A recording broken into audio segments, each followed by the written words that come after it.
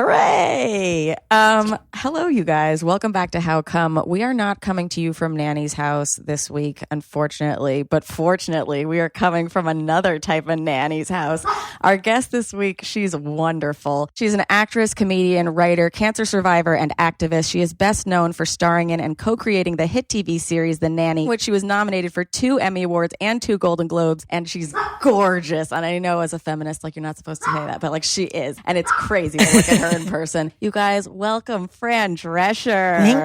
Thank you, and welcome to my humble abode. I love this abode. I love Samson. I know, Samson, we're going to hear in the background. Stop it. He's so cute. How come? How come? How come I can't achieve? How come I can't achieve? I'm rolling up my sleeves. I'm rolling up my sleeves. Oh, baby, I believe these guests can help. 'Cause I can't do it by myself. I wanna just... I feel honored. Apparently, he's not very friendly to most. He is friendly, but then he also he's particular. bites. Yes. Yeah. But he gave me a licking, and now That's nice. like I don't You've need been anything accepted, else this But then week. that doesn't mean to trust him. I won't. It just means you've seen a side of him that is his good side, and he shows that mostly. He's great.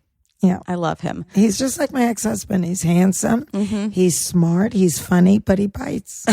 Does the ex bite? Well, figuratively. He's called the ex. You have a call, Samson. Look at that body. Look at the tiny ears. He's the cutest little Pomeranian, you guys. And he smiles. No! Well, I met you first with Charlotte. We went to your Cancer Schmancer event last year on the boat, which was an amazing event. And we have another one fun. coming up this June 24th. So Unreal. It's going to be great. We have stand-up comics this year, too. And you're now a stand-up comic, too. I know. Which is amazing. I might do it like 10 minutes, maybe. But I feel obligated to, share and with everybody why they're here and what we do. Do they still have tickets for this year They available? Do. Okay, they amazing. do. Go to cancerschmancer.org and click on the Cabaret Dinner Cruise and get your tickets. It's a guaranteed incredible night. time. Yeah, and your gay ex-husband was one of the performers. This year. Yeah, he's like my mascot. He stripped down to his skivvies, and now we understand why you allowed him to be your ex-husband. Yes. He's actually looks better since he turned gay. That's the than rules. When he was straight. Yeah. Everything is different. But you guys still have like an amazing relationship. I know that there were like bumps and a rocky road. Yeah, well, we had to split up to really find ourselves. Mm-hmm. And because we'd been together since we were 15. I know. So he had to really come to terms with his true orientation. Right. And he couldn't do it with me, and he didn't really want to end the relationship. Mm-hmm. But his need to control himself spilled over onto needing to control me. And I was feeling terribly suffocated. And I was the one that needed to get out and find myself. Right. Because I'd really never, as cliche as it sounds, I was my parents' daughter and his, girlfriend and wife. And I'd never lived on my own. I never backpacked through Europe. I never even went to freaking summer camp. Yeah. So I didn't really know who I was. And I was very much stuck in the, reactive responses of being other people's caregivers, needing to be needed, not really paying attention to my own needs or even understanding them. Mm-hmm. Which is crazy in entertainment because you kind of have to put yourself first and be like... Well, that's what I liked about acting, because that was my license to feel whatever the writer wrote, but it wasn't me. Mm-hmm. Me, I didn't give myself... You didn't have the permission. Afford myself that, permission, exactly. Yeah. Now I do. That was one of the silver linings of having cancer. Really? I had to get freaking cancer to make it about me. Many silver uterine linings. Yeah. Which doesn't exist anymore.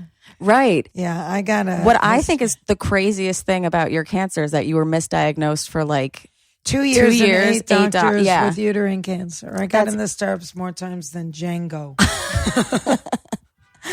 It's insane. And we talk about like doctors misdiagnosing or not believing women's pain a lot. What did they think it was? I kept going to different doctors because they were putting me on hormone replacement therapy and it wasn't working because everybody collectively kept misdiagnosing me for a perimenopausal condition that I didn't have when all the while I had cancer. And because I'm a producer and control freak, I just kept thinking, no, this isn't right. I'm not feeling better. Sometimes I actually felt worse. And by doctor number 8, she was so convinced it was a hormone imbalance. She put me on some kind of an estrogen hormone replacement therapy that exacerbated my symptoms exponentially. Jesus. And I started bleeding 24/7. And I said, this can't be right. And, she was in Chicago doing a talk show. The woman had a better career than I did. And she said, okay, well, stop it. It's probably just the wrong amount I gave you.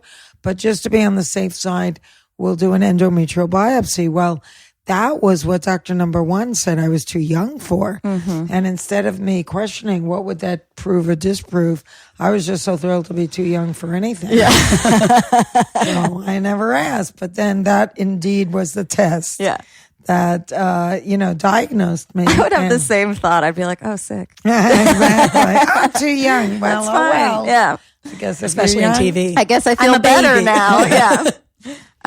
But yeah, I feel like endometriosis and endometrial lining is something that like I'd never even heard of until like the last 3 years of like infomercials. Like if you've been diagnosed with endometriosis. Wow, you never had any girlfriend that had endometriosis? No. Oh, I did. Or maybe nobody talked about who was. It's usually very painful, particularly around your menstrual cycle. And so one of the treatments that they used to give, I don't know if they still do, is to put you on a birth control pill that you never get off except 4 times a year because actually having your period makes it worse. Really? But I don't, I don't know. Now they have robotic surgery and that tends to efficiently clean you out of the scar tissue. It's like it just keeps building up scar tissue. That sounds super painful. It is painful and, difficult to live with. And then with the cancer, you have to have an entire hysterectomy. I did. And also, they prophylactically removed my appendix, which I didn't even know about. So FYI, I think if you are going in for surgery and you're usually going to sign that document that gives the doctor the right to do what they think needs to be done, write only what pertains directly to the problem at hand and not any extra stuff because they'll just remove your appendix. They thought that removing the appendix would prevent it from potential infection because they opened up my abdomen and they thought you don't need your appendix anyway, so let's remove it. And by the way, I'm sure they charged like an extra 25 grand to my insurance company. And they still didn't tell me. I said, why does my right side hurt more than my left? And they said, oh, probably because we removed your appendix. And it's like, really? That's like murder movie shit. Exactly. Like you wake up in a bath of ice and you're like, wait, I've got a kidney missing. A perfectly healthy organ they removed. That's insane. And fast forward, almost 19 years later, and I'm following functional medicine doctors, and they're looking at the whole body as a system. What was that? A motorcycle? That's someone proving that they've got a big penis. I once rode on the back of a bike with. That's definitely a bike. But he said that they rev the engine because it's so dangerous riding a bike to alert drivers in automobiles. That makes sense. That you're coming. Yeah, That's smart. So we'll give the dude the benefit of the doubt. Yeah, you're just a real safe guy. Great job, safe guy.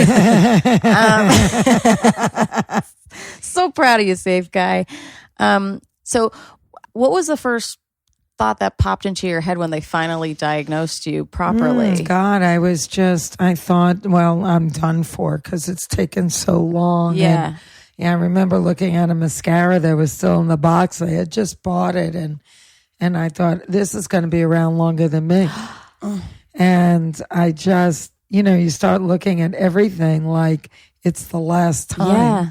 And I was just, and even after I had the surgery and I found out that I was still, by the grace of God, in stage 1 and I was going to live, I was very bitter. Yeah. I was angry at the medical community.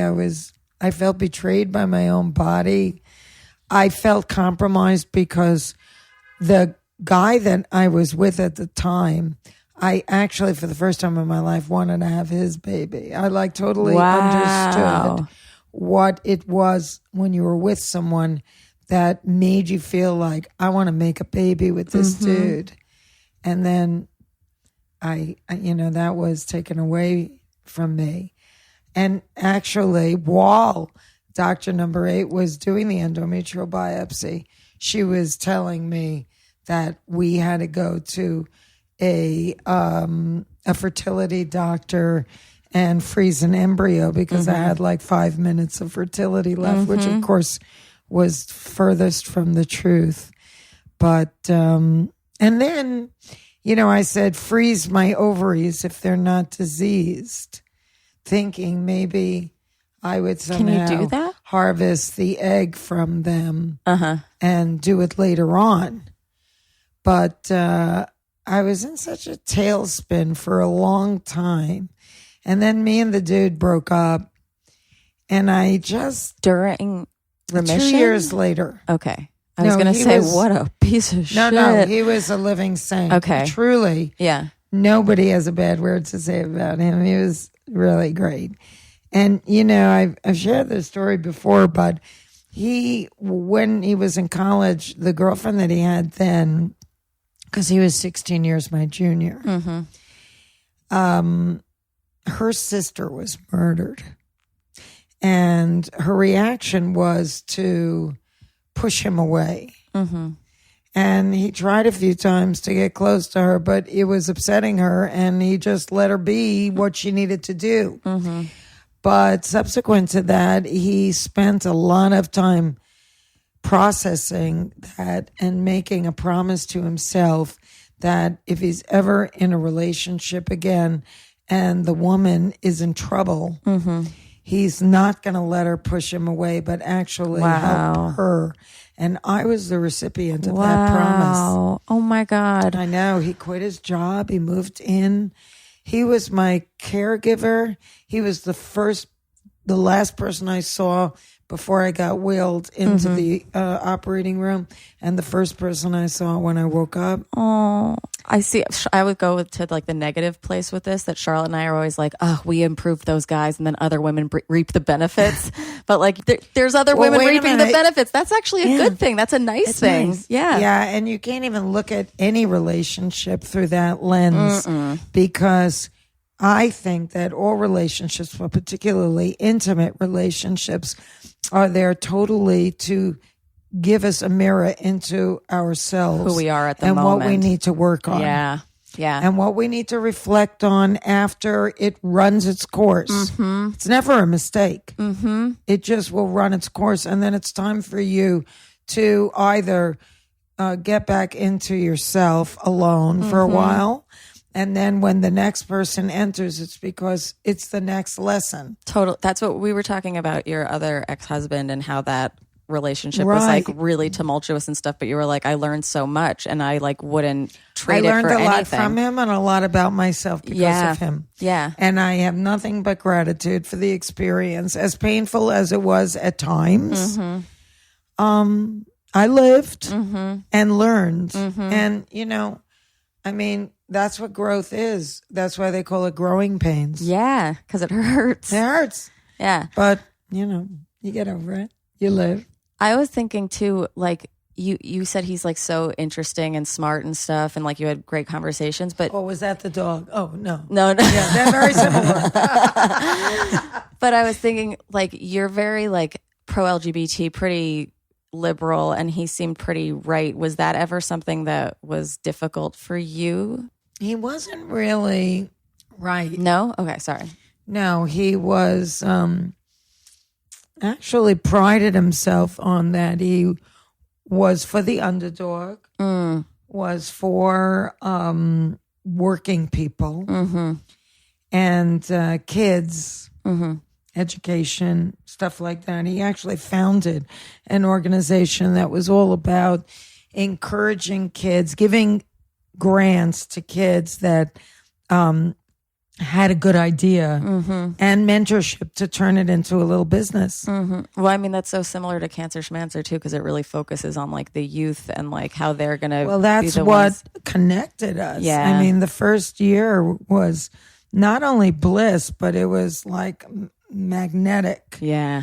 And very exciting and very passionate.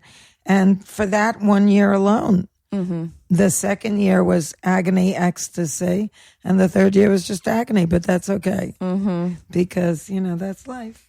Yeah, we were also talking about how he couldn't deal with conflict really, and it was, I thought, very interesting how he could just leave the house for weeks at a time at the drop of like a difficult conversation. He's not wired for conflict. I mean, look, some men will stay but hit you. And he just walked out. That was his coping mechanism. Yes. And in some ways, I mean, I'd rather have that than somebody that's violent. But I think the interesting thing that was my opportunity was in the very beginning, I was in excruciating pain. Why did I say this? Why did I do that? Why isn't he calling me back? What if something happened to him? And all of this. So I was kind of in my head, making the experience even worse for myself. Yeah. Then spiraling. I started seeing this shaman who I said, I feel like my guts are being scraped out with a fork. And he said, well, that's because you're filling yourself from the outside in with someone. And you can never do that. And eventually they're going to disappoint you because they come into the relationship with their own baggage and their own issues and their own coping mechanisms. And it's like you have to fill yourself with you and rely on you to get you through stuff and not an outside person to fill you. Totally. So I said, okay, well, I've heard that a million times, haven't you girls? Yeah. It's just so much easier said than done. Like exactly, it's so much easier to focus on another me the person. Tool. Yeah. What is it? I'm going to tell it to you right now. Changes everything. Yay. So he said to me, every time you feel that angst, you say to yourself, I love you, Fran. I know how special you are. It's Fran and Fran till the end of time. Now, he said, you might have to say that 30 times a day in the beginning. The minute I said it the first time, I felt better because it puts it all into context. Yeah. It's Fran and Fran till the end of time. It's me and little Fran that I take by the hand, and we're on our journey of our soul's self-refinement. Yeah. And everybody else is just there to help us get through it with as much lessons learned as possible. So once I started saying that, I started to fill myself with me. And now I'm so happy with me. I'm not even really that hungry to be with someone else. You're dating Fran. Exactly. I'm in a relationship with myself and it's going quite well. She's your best friend. But exactly. She's fantastic. She buys all the food that I like. We watch the same shows. It's amazing. She thinks I'm very funny. She thinks I'm funny. Yeah, and we calm each other down. and reassure each other that we're never alone. Mm-hmm. I used to do, like, I mean, I think a lot of people, we say negative things to ourselves, and it's much easier to do that. And like sometimes I'll catch myself in the mirror and I'll go, Remy, use your calendar. And then Mirror Me will be like, I don't want to use my calendar. And then I'm like, come, why don't you do this to us? We're all that we have. Like, make our life easier. So like, I mean, maybe my version's more psychotic, but you have to be nice to yourself. Organs. Do you? Absolutely. I and thank them. Yeah. Doing a good job. And then sometimes when I have to do something dramatic as an actor, and I've done it several times in my career. It's obviously not the thrust of my career, but this movie that's, been at the Tribeca Film Festival is totally dramatic. And my mother is dying, and I have to, as an actor, kind of use my fear of my own mother passing to inform my performance. So it's honest. And it's nothing that I would want to do all the time because, you got to get yourself into like a pretty gnarly mindset. But I would say to my body, like I'd shake it off immediately. I don't understand any actor that's like, they like stay in their character and whatever that is nonstop seems very unhealthy. And I would say to my body, we're just play acting. It's all good. We're not unhappy Don't at all. worry, everyone. Really. We're all going to be home soon. Yeah. We're trying to be good at it, but it's all good. I don't want you to feel like this is real in any way. It's make believe. And I would just tell my body that because I don't want anything internally to be automatically triggered because I'm tricking my body into thinking that I'm really a mess. Totally. And, we do trick our bodies. That's why you should never, ever use artificial sugar substitutes. Oh, yeah. Because you trick your body into making more thinking insulin. you're having sugar. Yeah. And that's how you become insulin resistant. Yeah. There's a lot of cancer schmancer things I learned, like tips and lessons from the video on. Oh, good. From our dinner. Yeah. But on the video on Be the Change. Yeah. It's all your listeners should go to cancerschmancer.org and click on Be the Change. It's so good. It teaches Jamie Foxx. With Jamie Foxx. Yeah. And it teaches you not just like how to save your body from cancer, but also how to be like cognizant of saving the world and being biodegradable and stuff. And it kind of just like focuses on that we are kind of one organism and we have to like take care of all of us. But I was just thinking like, oh, toothpaste, oh, body wash. Look at me, by being bad at hygiene, I've been actually really safe and good for the planet. I'm disgusting. You don't look disgusting. Thank you. And everybody needs to watch the video because like we could talk about it. It's a half hour. Just sit down, watch it, go to cancerschmancer.org/be the change. Funny, informative, and free. It's free and it's great.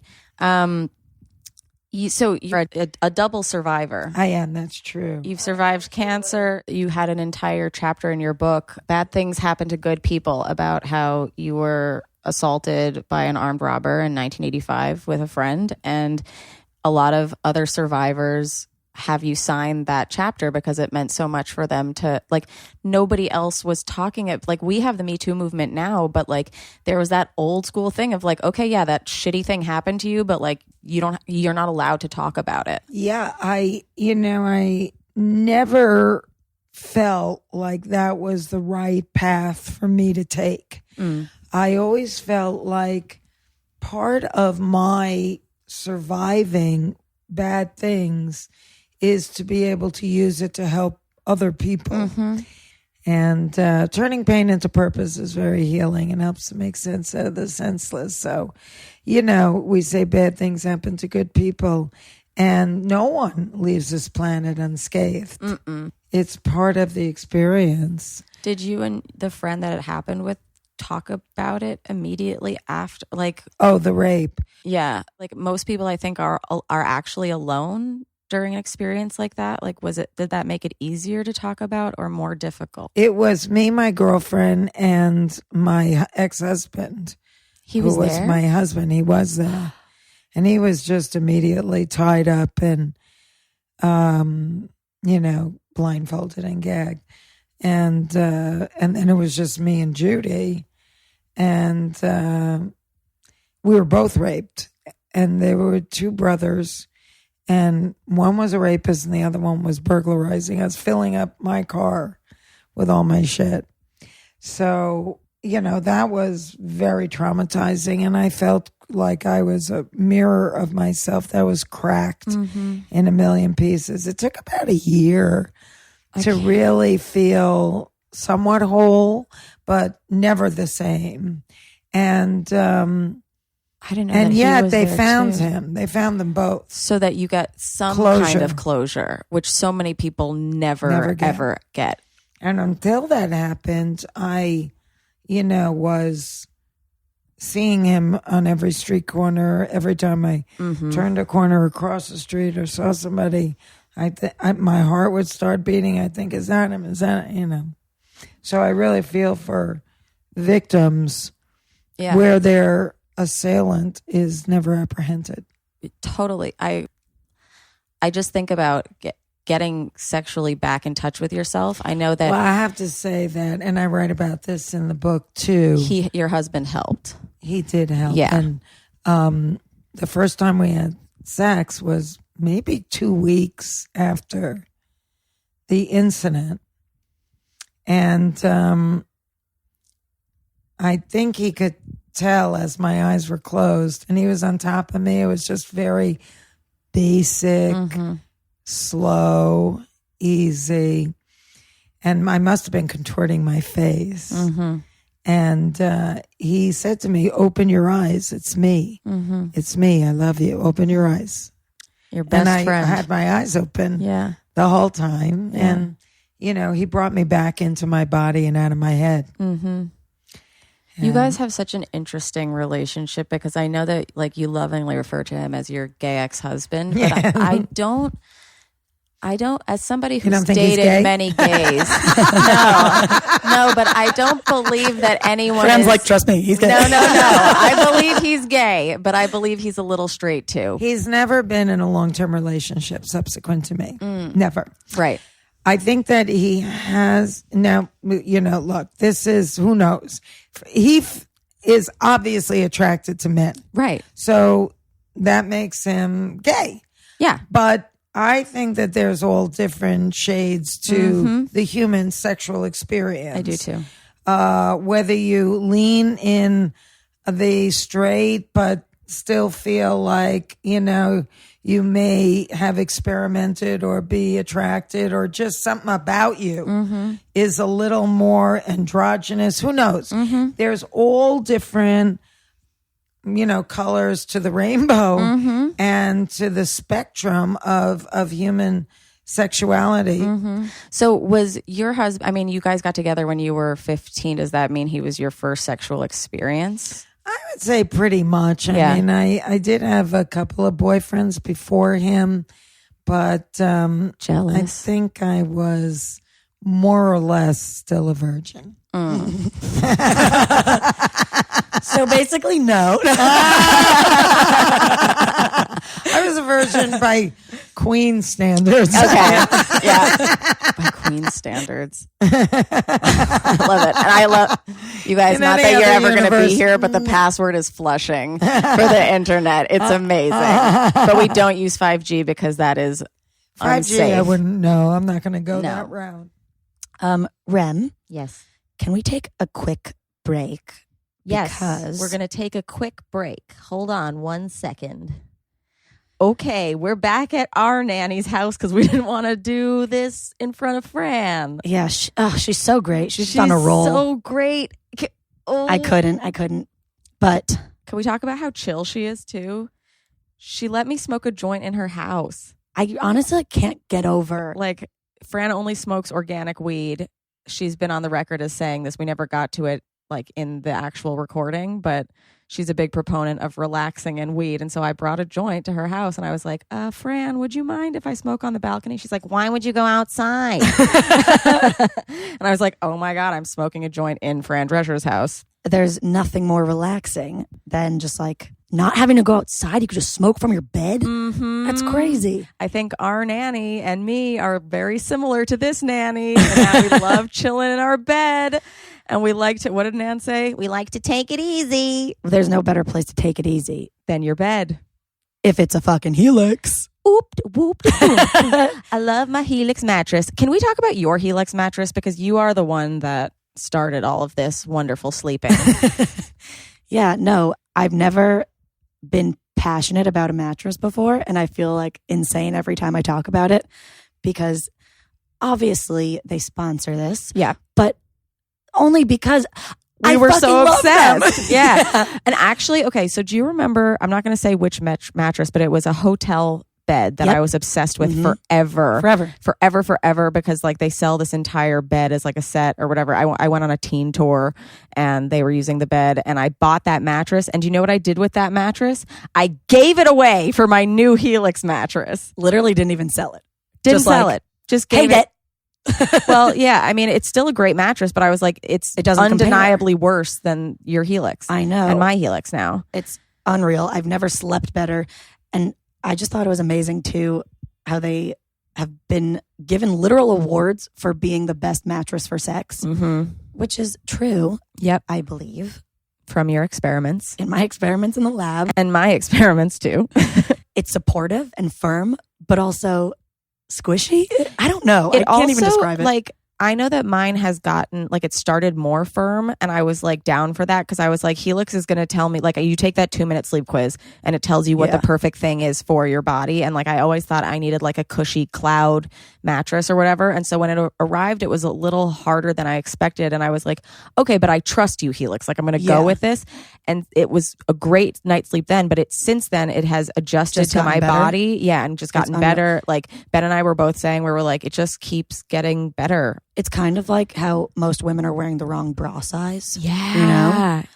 We should do an episode on that too, because I just bought like 6 bras online.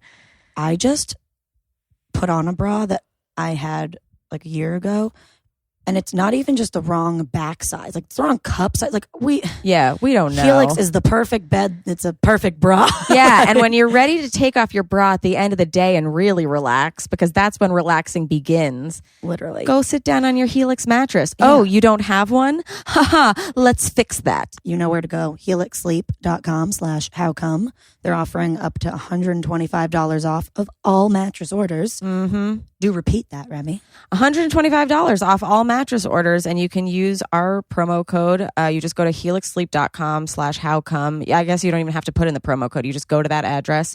Again, that's $125 off of every order. HelixSleep.com/howcome. You're going to have the best sleep of your life. And if you don't like it, which you will, so I don't know why we have to say this part, but they have a 10-year warranty. 10-year warranty and 100 days to return it. Yep. Risk-free. Risk-free. 100 nights. Yeah. That is so many nights. So you're going to love it. I love how it's 100 nights. I'm like, it's 100 nights and also daytimes because I never leave my bed. But literally get one and tell us what you think. Yeah. And then go to Fran Drescher's house and smoke a joint. Shall we get back to Fran? Let's get back to Fran. I miss her already. I'm so excited for this part too. I know. It's funny because I rarely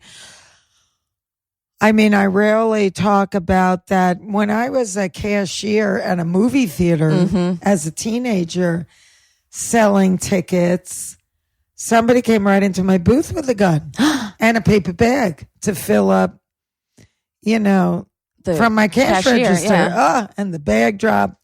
And I never even realized how traumatized I was. Yeah. But every time someone came a little too close to my booth after that, I'd literally pee in my pants.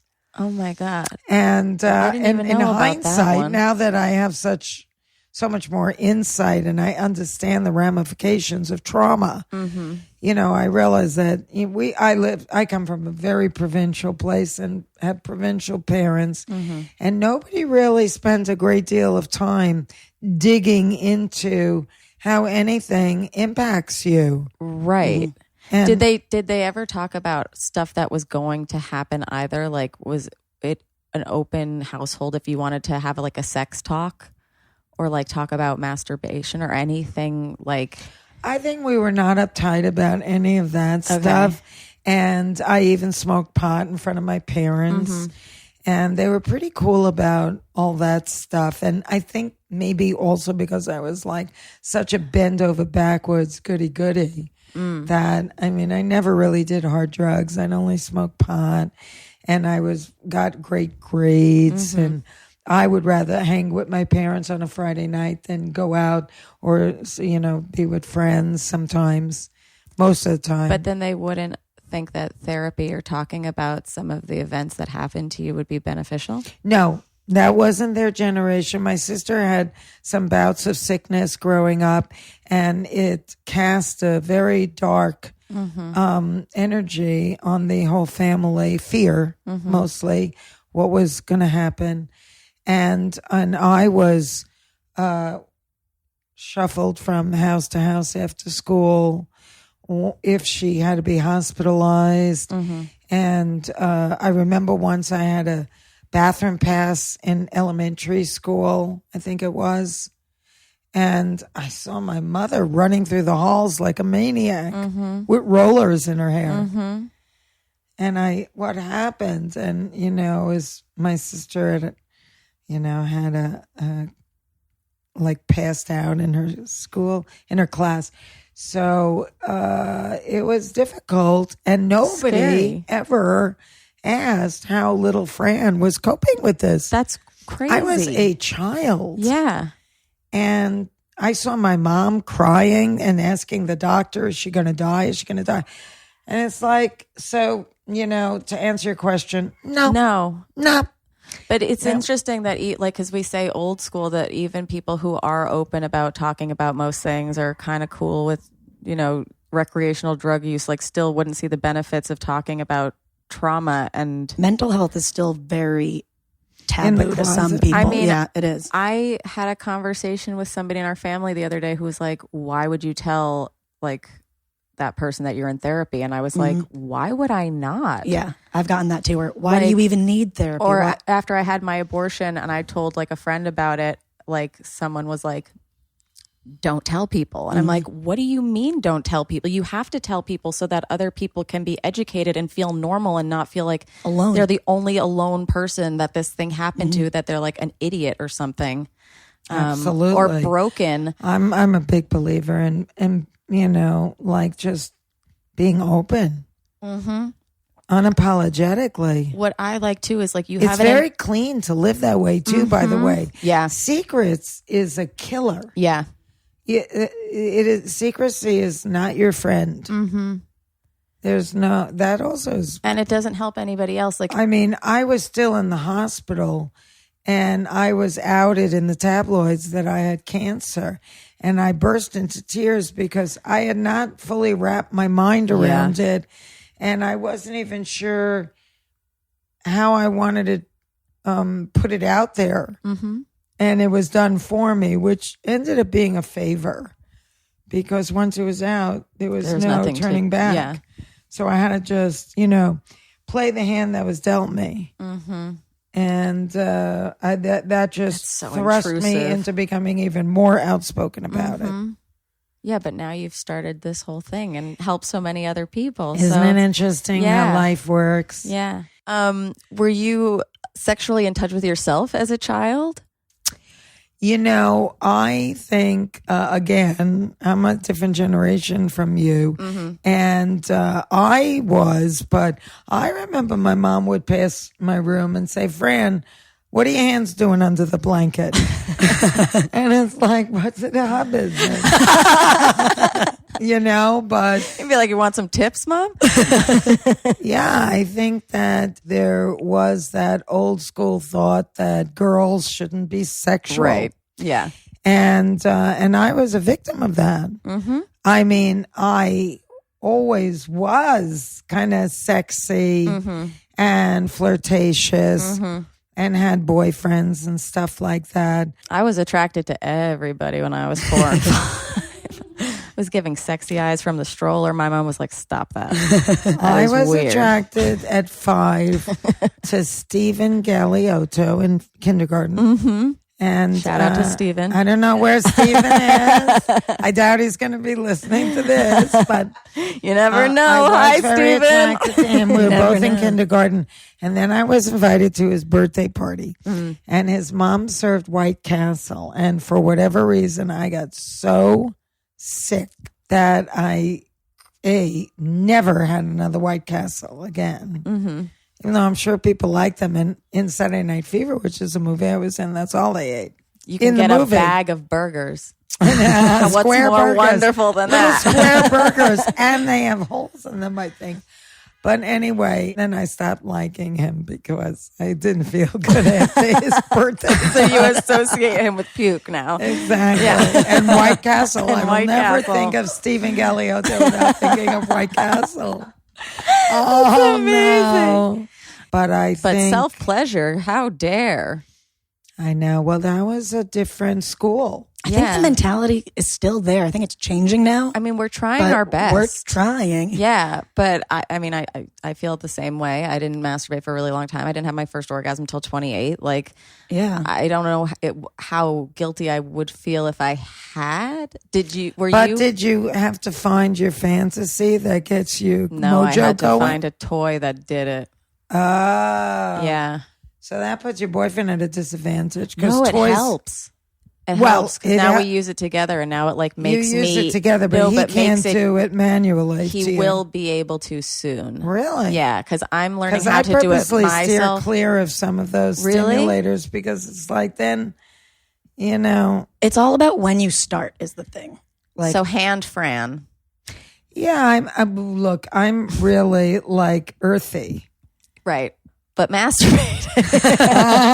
Yeah. Because we always ask everybody the first time that you came. It's been my experience that once you get dependent on the toys, then, you're not going to get off with just a normal man. We were just talking or woman. with this awesome sex toy company, and the head of it was saying how really it's how you start, like the first time you come is going to sort of lay the foundation of every time after that. So if it's with the hand, with a lot of things, then you're probably going to do it. Like you start to see your own hand as a sexual thing. It's already like priming you, which I never did because like for years it just wasn't working. And then it just takes literally muscle memory in your neural pathways. Those neural pathways. But what you don't think about something that gets your mojo going? I'm always horny. That's not the problem. It's like not that, but to get yourself to the point of climax. It's just a physical thing. But I think I've actually been working like with all these like wind technology toys and like different vibration things too. Like I'll be able to be on a desert island with the hand eventually. It gets easier. It gets better. Yeah. Do you remember the first time? First time, I don't think I do remember. I think the first time I was penetrated, I thought, this is kind of nice. But I don't really remember the first orgasm specifically, but I've absolutely never had a problem with that. But I do, work some reliable scenarios in my head. I need to know what some of these are. And is it a real spank bank, like from things in your life that you're remembering, or no, it's made up. But the thing is, the second husband started verbalizing things that I would run in my head. Ooh. Yeah, and I opened my eyes and thought, did you just say that? But stuff that you'd never even said to him before? No. He just kind of intuited it? That's crazy. Well, it was his style. Yeah. So, and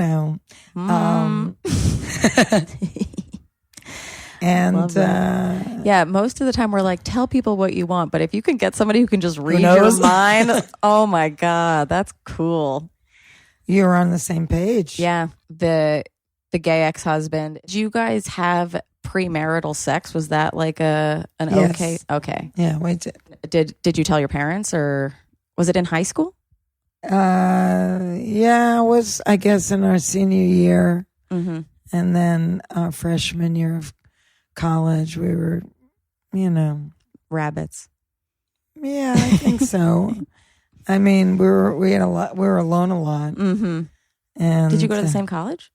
Yeah. Oh, that's cute. And then we dropped out together, and then we went to beauty culture school together. Wow. Because we were actors and we started to work. So it was like the college thing was just getting in our way. And the beds are so small. Yeah. We didn't even go away to college. I walked to college. That's kind of nice. Yeah, it was nice. But again, it was that thing that I just, like being home with my parents. I didn't want to schlep into the city. I didn't want to move away. And I don't know how that would have changed me. I'm sure exponentially, but. Yeah. Was it weird ever being a sex icon? Because you were. Yeah. And are still. I mean, I wish you guys could see this. I know. It's nice. I think makes me want to put together a skincare regimen. I mean, I always enjoyed that the nanny was sexy and people were into the physicality of my character because it wasn't all there was to her. She was really funny. Yeah. And there was great pratfalls and physical comedy. And she was breaking ground in other ways. She was the first Jewish character played by a Jewish actress in prime time since Molly Goldberg did it in 1948. And me as a human being and a person, I was the creator, executive producer. I was a writer. I sometimes directed. So there were so many things that a show and that character gave me that I never felt diminished by the fact that she was also sexy. She was never trashy. She was sexy, but she was also a nanny, and she was a nice girl. She was a girl from Queens. She was hot, but it wasn't the only thing about her. She's not Kelly Bundy. Yeah, I guess so. Yeah. Yes. I mean, and I love Kelly Bundy, but it's a different character. I loved also in an interview, you had said that someone very early on said that your voice was going to be like the end of your career. And yeah, that was one of my high school teachers. Yeah. An idiot. Well, I know, because even Peter, who was a kid my age, knew that with that face was exactly what was going to catapult me to stardom. Because it makes you approachable too. You're the every woman who just happens to be stunning. And there's a long history of pretty funny comedians in movies that, and on television, like Lucille Ball. Well, you get compared to her a lot. I do, and I'm always honored and flattered by that. Yeah, you both are both very special ladies. I can't believe we got to have you on this podcast. I know. I laughed so hard in your stand-up because you were on Funny Women of a Certain Age with Carol Montgomery on Showtime, and she's going to be at the cruise too. Oh, amazing! Yeah. Okay, best day ever. But you were saying, you were like, yeah, I have terrible gaydar because when we both talked about our celebrity hall passes, he asked for Cher and I asked for Bruce Jenner. I'd love that it was Cher. I love that it was Cher. That goes under the category of how did you not know? I also love too, you were like, I was a gay icon before, and then when my husband came out as gay, I got bumped up to Judy Garland status. I was like, that's the most true thing I've ever heard. How has stand-up been going? Like, you're just very naturally good at it. Yeah. And I I'm always, look, I think I have a little bit of an advantage to be able to enjoy it because I'm not like standing online waiting to get an open mic anywhere at 11 o'clock at night. So I just kind of skipped over all that. Yeah.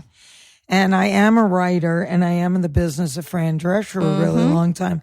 So I know how to do that. And I have a lot of great comedy writers who have been writing for my brand of comedy a long time too. So the collective has made for a very, I think, nice set. And very smooth transition. I was just telling you before, my boyfriend and I were watching it together and he was like, oh, we should watch some of her earlier stuff. And I'm like, there isn't any. This is it. This is her debut. Like, how cool is that? It's just so effortless. I love it. And I love that you're inspired by Ellen. I love Ellen and that English. Hannah Gadsby. Hannah Gadsby is great. And I like the most recent Amy Schumer. Mm-hmm. But Ellen to me is, and I've gone to see Margaret Cho. I've gone to see Kathy Griffith.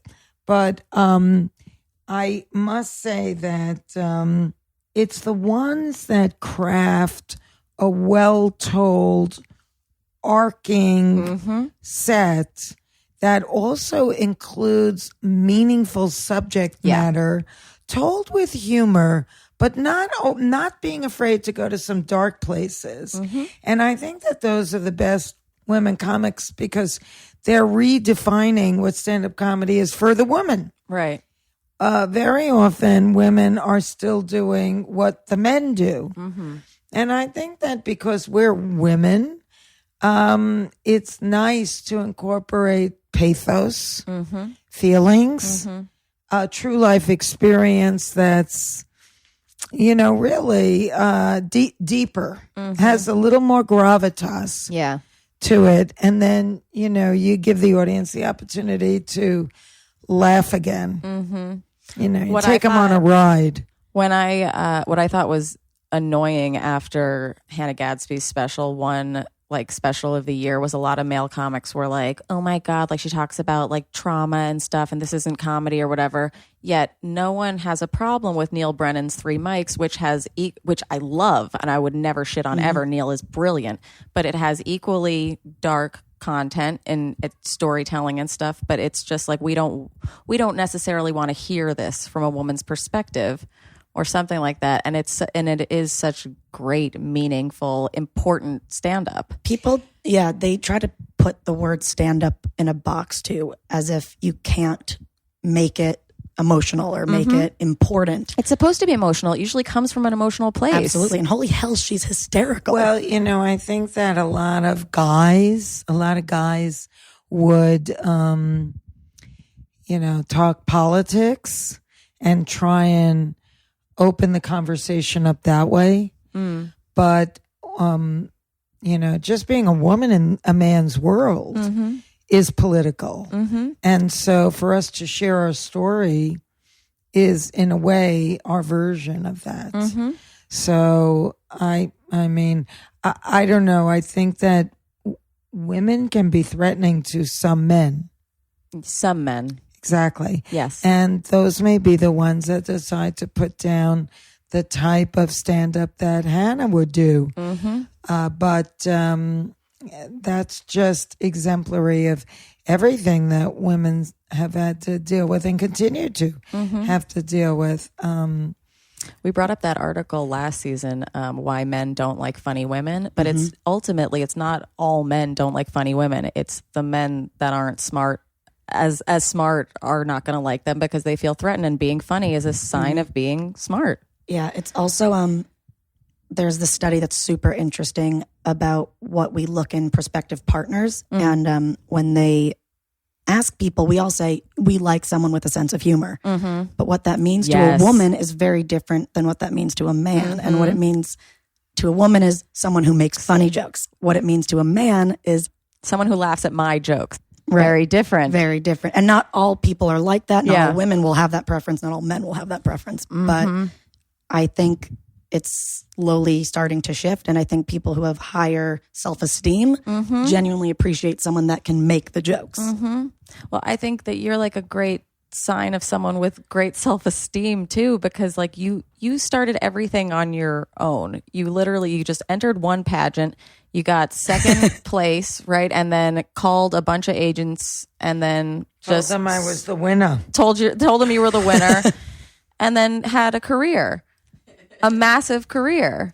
Well, timing was good because when I was first coming out on the scene and I was a teenager, there were New York characters were very popular. It was the Sweat Hogs and Welcome Back, Kotter with John Travolta. It was Happy Days with the Fonz, and then there were all those movies like Diner and American Graffiti and Laverne and Shirley on TV. And there was a plethora of that genre. Mm-hmm.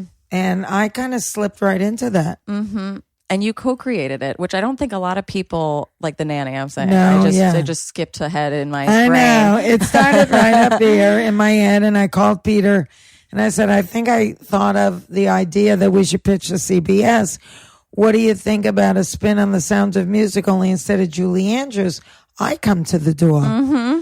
And he thought for just a second. He's got an excellent sense for these things. This is your gay ex-husband. We haven't called him Peter yet. FYI, companions. The gay ex-husband, Peter. Yeah. He said, that's it. That's the one we're going to pitch. When you come home, we'll develop it. It's amazing. It is. It is. Yeah, it's great to be able to have. You got a carpe diem, though. I ran into the president of the network on the plane. Mm-hmm. And it was like I knew it was an opportunity of a lifetime. Yeah. Well, Charlotte, and I wasn't going to get in my way. Charlotte always says that once I found my orgasm and ability to speak up in the bedroom, I could speak up more in the boardroom too. That means like you probably got your power from orgasming pretty early in life. I'm all over the orgasm. In fact, when I had the hysterectomy, everything gets removed, including the cervix. Right. And I didn't really know what I was going to be left with in terms of how well that mechanism was going to work. But, thank God it worked great. And no man can ever feel your cervix. I was going to say they'd have to be like Shaq. For any partner of mine, they would not know any difference at all. Moist, tight as a drum, all good. Orgasm, no problem. So then the oncologist said, if you did brachytherapy, which is radiating the vaginal cuff, it will increase your chances of non-recurrence. Okay. But I was already given 95% non-recurrence. And this is almost 19 years ago, so there wasn't what's available online today. But me and my assistant and some friends really hunkered down on the computers searching for information about this type of therapy. And the effects. And the side effects, right? And there suddenly we found what was essentially a chat room of women saying nobody ever said that you would have these side effects. The skin is very thin. I bleed easily. It's often painful. It's very brittle. You have to, if you don't have sex for a week, you must use a dildo to keep stretching it because shrinking is a problem. And I said, oh my God. Thank God I found this because there's no way in hell. And why wouldn't a doctor say that they say a million side effects on a aspirin commercial? Why can't a doctor tell you this is going to severely affect your sex life going forward? Because that's the great question. A lot of doctors have approached in the past health issues with women as this is only an issue if it affects your fertility. But they don't talk about pleasure, which is insane. And I guess even you're especially assuming that a woman, quote unquote, of a certain age isn't sexually active is just so fucking sexist. Because you guys, Fran gets it. Fran fucks. It's funny because I know I'm not a lesbian because I really like penis. I've heard you say this, and Charlotte we and nodded. We nodded. We were like, yep. We also love to look at a penis. I love to watch what happens. Right. That's the thing. People don't realize that an inanimate object doesn't have the same experience. But when I'm I'll open my eyes and look at this dude and see him orgasming, and they all do it a little differently. I don't know if you've noticed this. Yeah, definitely. But I have Polaroids of every face. The noises that they make, the noise, the breathing, and then there's this, pulsating that happens. It's a living thing. and it's attached to a living, warm-blooded male animal that's inside you. And there's really nothing else quite like that. I mean, I'm sure if you are completely repelled by it, then a dildo is absolutely better, probably. Yeah. But we three are not repelled by it. 4 if you include certainly not repelled. Not but I think repelled. guys have the same, or at least the guys that we've talked to on this podcast have the same like love for like seeing a vagina get off and pulsate and change and all that stuff. Like it's nice to see a body part. But my friend wrote a joke about strap-ons today because one of my friend Harrison Tweed, shout out. I'm sorry, I'm gonna rephrase this, but he was like a lesbian said that she bets she could fuck better than me with a strap on all the time, and he's like, well, yeah, like you don't have to think about it staying up and being hard or whatever. Like you're gonna keep bowling like perfect scores if you're using bumpers the whole time. But it's never gonna have that throbbing, pulsating. We were just talking about that, like breathing. Changing direction slightly. Or Raina Greenberg from Girls Gotta Eat. She likes when a guy has like a big massive load and is like, I'm going to come more than ever. I want to hear the plop in the toilet. But that was like, I had been with a person at one point and he really wanted me to finish before him. But I really like when a guy finishes because you can That's feel what does it for you. It's a turn on. Interesting. And it feels better. It gets bigger right before. Yeah. Charlotte doing all this research for us, you guys. I'm just in my lab. In her lab, getting down. Well, that's what makes the world go round, right? Yeah. Everybody, vive la différence. Oui, c'est très bien. Did Peter tell you about his first gay experience? Were you like involved in his evolution when he came out? We were not speaking at that point. Okay. And that was his choice. Right, because he was mad at you for ending it because he wanted to stay together. And he moved to New York, could not get far enough away from me. But when he found out through our mutual manager that I had cancer, he burst into tears. And in that moment, all of the anger melted away, and all that was left was the love. That's nice. And from that point forward, we started to rebuild the relationship.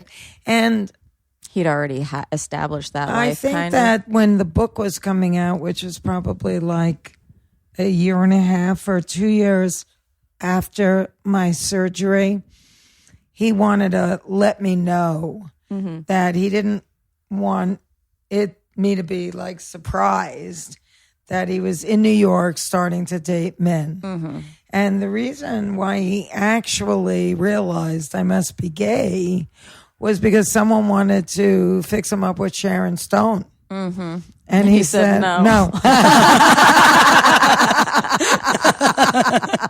And he said, oh my God, I must be gay. But, it was that kind of subtle for him. Well, I don't know. Again, everybody has a different, unique experience.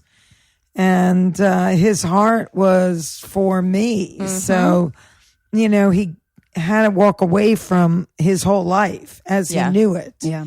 To be true to his, orientation. I do think you guys are which soulmates. Is you have to be. You could end up together. No, but just in a way you could be soulmates with a friend or it doesn't have to always be romantic. Like your writing partners, your best friends. Absolutely. No, we put it on another shelf. We're meant to experience this life together in one way or another. Very often people get married because they fall in love, and marriage seems like the next likely option. That's the thing to do. And then when it doesn't work out, I think that the mature thing is to say, well, let's not throw the baby out with the bathwater. Maybe you're not what I need for a husband. But I that need wasn't you in the other case with capacity. Peter, but, other women, they feel angry because the guy wasn't their everything. They were a good friend in the beginning, But then when they became a husband, there was more expectation put on them that they couldn't meet. And then a lot of resentment builds instead of saying, maybe we shouldn't have gotten married. Yeah. But there is something there that made us think that. And maybe we should just cultivate that on a new shelf. I think that's a very modern thing too now. Like we used to see divorce as like a failure and like the end of a relationship as a failure. And so many people would feel guilty about it or whatever. But like it's just a life transition. And like you can't blame another person for not being your perfect match or growing out of being your perfect match because people change. Or even the conception of a perfect match. Like not everyone is going to be all things to you. Even in friendships. Even Mom, she used to say, like, you have different friends for different things. Like, one of her, she's like, Jody, you can't tell secrets, but I love her for yoga. Yeah. Very outdoorsy, that Jody. Yeah. Margaret Mead said she had a different man for every chapter in her life. The dude that, she like kind of started her career with out of college was not the guy she had children with, not the guy that she grew older with. And, every phase of her life, she felt like it was time to move on to another man that was right for her then, because she was always evolving. There's an amazing Joan Didion quote. She says, I've lost touch with so many people I used to be. Oh, I love that. It's true, though, because you change so much yourself. You can't expect your partners to be the same. If you're changing. I'll read my old diaries. I'll be like, you loser. I'd never hang out with you. Oh, yeah. Well, you can't. You're not born all knowing. That's what this playground is for. Yeah, to figure stuff out. Classroom. Sorry, there's a weird noise. You mean those screaming children? What's that noise? It's a child. I know you had the moment like after the hysterectomy where you were like considering the possibility of children. Was that was like the first time that you even cared? Yes. Which I would never ask a man, but like it is a question. I really didn't want kids because I had painted myself into this corner of being surrounded by needy people. And I knew that a kid would just take it over the top. They're the neediest people. Totally. And I was at that point like over it already. Yeah. Once I started to get healthier for myself and a little more well-rounded, and I started bringing in other kinds of people into my life that were more independent or that I could actually learn from, because I gained insight into my issues and why I needed to be needed so much and all of this. I began to think, should I have a kid? But even if I did, I would probably want to stop working. Yeah. And be like a full-time mom. Yeah, you have so many other babies that you'd have to give up. You would give yourself away completely. Yeah. And I think that's a hard thing I wrestle with, is the line for me between taking care of myself in my head was always tied up with being selfish, but they're so not the same. Nope, they're not the same. And I think that's a huge, great takeaway, that self-care is not selfish. Yeah. Exactly. And I had to learn that too. Yeah. And then you can date Fran, and you only have to buy the snacks that Fran likes and no stupid Gerber food. Well, when Peter and I split, because we had been together so long, it was so incredible to think, what do I want to eat? And not ask, what are you in the mood for? Yeah. And eat when I wanted to eat, not when we were both hungry. Yeah. Or go to the restaurant I wanted to go to, not what we both wanted to go. Everything was like a negotiation. We. Exactly. Yeah. And it's just, even to this day, sometimes it'll, like I'll be aware of the fact that I'm just kind of walking my ass into the kitchen to make myself something. And I make whatever I want. Yeah. Whenever I want. Yeah. And it's not to say that I don't love being in a relationship, and I do love taking care of a man. I really love cooking for them and buying clothes and, making them happy. I like using my celebrity to get them great, tickets for their favorite sports. But I think you're a people please, like you like to make people happy. That's probably true too. Yeah. But I do like my mom is very But you do love a catering penis. to her husband, my Yeah. father. Mm-hmm. And I think I picked up on that. Mm-hmm. I watched it. You know, my parents are still madly in love. That's awesome. So it was a tough act to follow, certainly, but also a great visual example of how two people could be. Mm-hmm. And, you know, they really live for each other and realize that the love that they share with each other and for their children is the most important part of this life experience. Mm-hmm. So I do sometimes question, did I miss the boat on having the kid thing? And now it feels like it's really, you know, too late. But I do feel like I help a lot of youngish people. Yeah. And I'm like an Auntie Mame. You know, so that's my handle. You can adopt us. Yeah. Yes, I'm cool and I have a schwa de vie, and you know, I can mentor people. Yeah, I think through this podcast met more kick-ass women that like we never thought it was an option to not have a kid and not be looked at as like a failure as a woman. But we've met so many women that like they are mentors to so many people and they help out so many people that it's like you did your job and you're very valid and fulfilled. And yeah, it makes it's inspiring to us that definitely it's an option to still be a fucking cool person. Mm-hmm. Yeah, it's nice. You know, you can go your whole life and maintain your cool, not be a sellout. Yeah. And walk the talk. Mm-hmm. Well, on that note, can you tell everyone where they can find you, where they can find Cancer Schmancer, and how we can everyone improve the world together? Well, cancerschmancer.org is a great place to go and sign up. It's free, and you'll get all kinds of helpful tips and newsletters from me and hear about what we're doing and what you can, you know, get tickets for or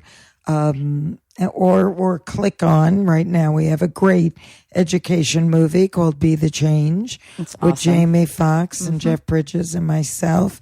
Very viewer friendly and fast and fun and informative and free.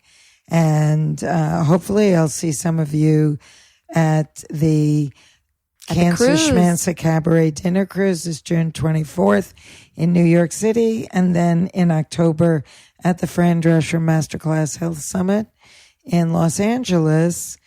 And everything is organic food. And we really want to wake you up, shake you up, motivate you, educate you, and activate you. So thank you for bringing up Cancer Schmancer because that's a very big part of my life. Yeah, well, you're doing very important work. As always, you can follow me at Remy Casimir, Charlotte at Sharkastic. Follow us both at How Come Podcast, and go support us on the Patreon. We always have extras there. I'm going to start posting some of my old diary entries and like old videos and There's stuff. so much good content in there. Yeah. And we need this podcast to keep going, and we need money for the podcast. So we hate to ask you, but just... It would be meaningful. There's also a really cool Facebook group if you are on the Patreon. And if we don't have time to respond to every message, there are some really great discussions in there. Yep.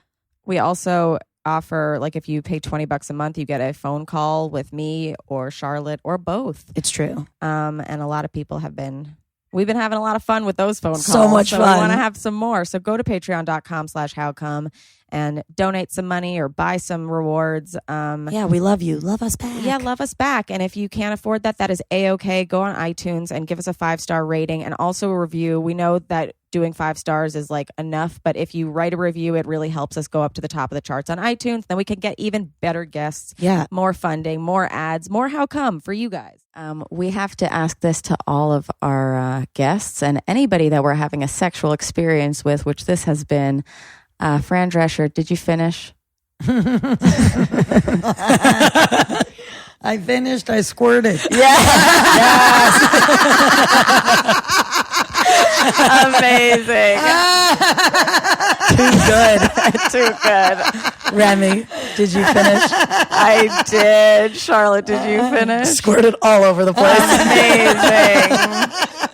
Samson, did you finish? Oh, Samson's got a humping dog. Forget about it. When I have a friend over, he goes right for the dog. Amazing. Yeah, he gets all horny. Well, Samson and Fran, thank you for coming. And we'll see you next time on How Come. Bye. Thank you. Bye. Thanks, ladies. It's not you, it's me.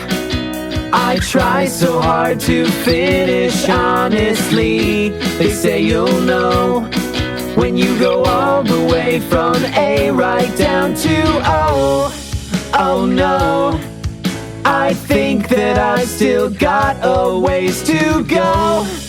Oh, I'm sick of this and I have got to know. How come? How come?